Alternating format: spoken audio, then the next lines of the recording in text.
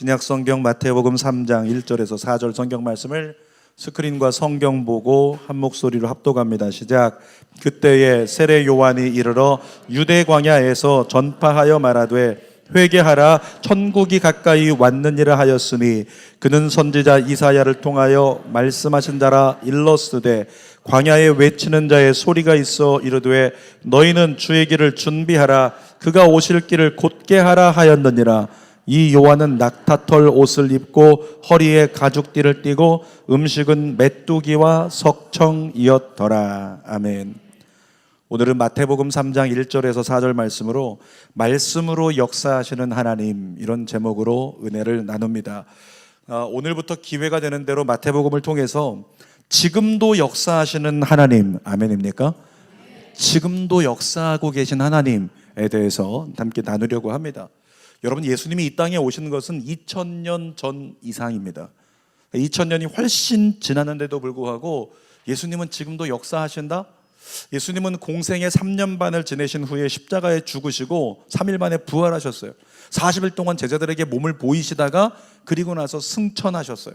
그 다음에는 예수님을 육신의 모습으로 본 사람이 아무도 없습니다. 예수님이 뭘 하시는지, 어떻게 지내시는지 본 사람이 없어요.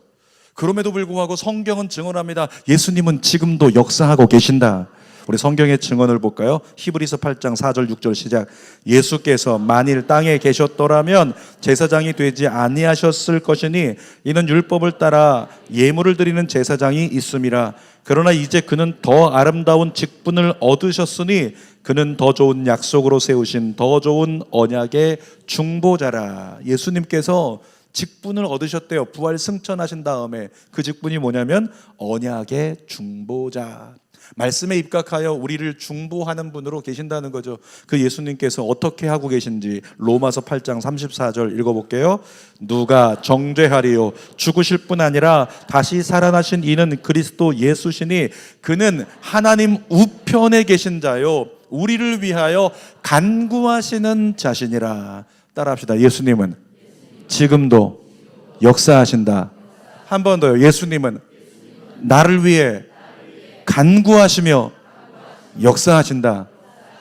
아멘. 그러니까 예수님께서 부활 승천하신 뒤에 하늘 보좌 우편에 계신다고 했는데 그곳에 계신 예수님께서 가만히 계시고 이제는 마치 천국에 간 사람이 그 영면 가운데 들어가서 깊이 잠잔다. 천만의 말씀이요. 성경은 그렇게 기록하고 있지 않아요. 죽은 나사로가 천국 갔을 때 아브라함이 쫓아나와가지고 그를 끌어안으면서 그와 함께 맞이하고 기뻐하는 잔치 자리가 열리는 것, 이게 천국이에요. 예수님도 천국에 올라가셨을 때, 하나님 나라에 들어가셨을 때 가만히 계신 게 아니라 예수님의 이제 본격적인 영원한 사역을 시작하시는데 그 사역이 뭐라고요? 우리를 위해서 간구하시는 언약의 중보자가 되시는 그 예수님께서 그와 같은 모습으로 우리를 위해서 일하고 계신다는 거예요. 우리 제가 이름 알고 있는 우리 제일 앞에 있는 집사님은 우리 태상기 집사님. 네, 태상기 집사님, 상기야 일주일 동안 열심히 살았냐? 내가 널 위해서 기도하고 있었다. 이것이 예수님의 말씀이라는 거예요. 우리는 예수님을 잊고 살았지만, 우리는 예수님을 놓치고 살았지만 예수님은 1분 1초 상관하지 않고 모든 시간 속에 우리의 이름을 부르고 기억하고 우리의 삶을 위해서 역사하고 계시고 기도하고 계시고 일하고 계신다. 이것이 바로 성경의 증언이라는 거죠. 오늘은 말씀으로 역사하시는 하나님에 대해서 함께 나누려고 하는데 그 첫 번째 문을 여는 사람이 세례 요한입니다. 먼저 세례 요한은 누구인가에 대해서 함께 나눕니다. 세례 요한은 레위 지파의 제사장이었던 사가랴의 아들입니다. 사가랴의 아들로서 예수님보다 출생한 걸 보니까 6개월 먼저 태어났어요. 많은 사람이 추론하기를 예수님과 동년배다. 태어난 연도는 같지만 그렇게 6개월의 차이를 두고 세례 요한이 먼저 태어났다라고 기록을 합니다. 우연히 예수님보다 6개월 먼저 난 게 아니고요. 성경을 보면 사명을 가지고 6개월 먼저 이 땅에 세례 요한을 보내신 거예요. 여러분이 이 땅 가운데 올 때 하나님이 이미 여러분에게 사명을 이식하셨습니다. 믿으십니까? 여러분에겐 이미 사명이 있어요. 자, 성경 볼까요? 예레미야 1장 5절 시작.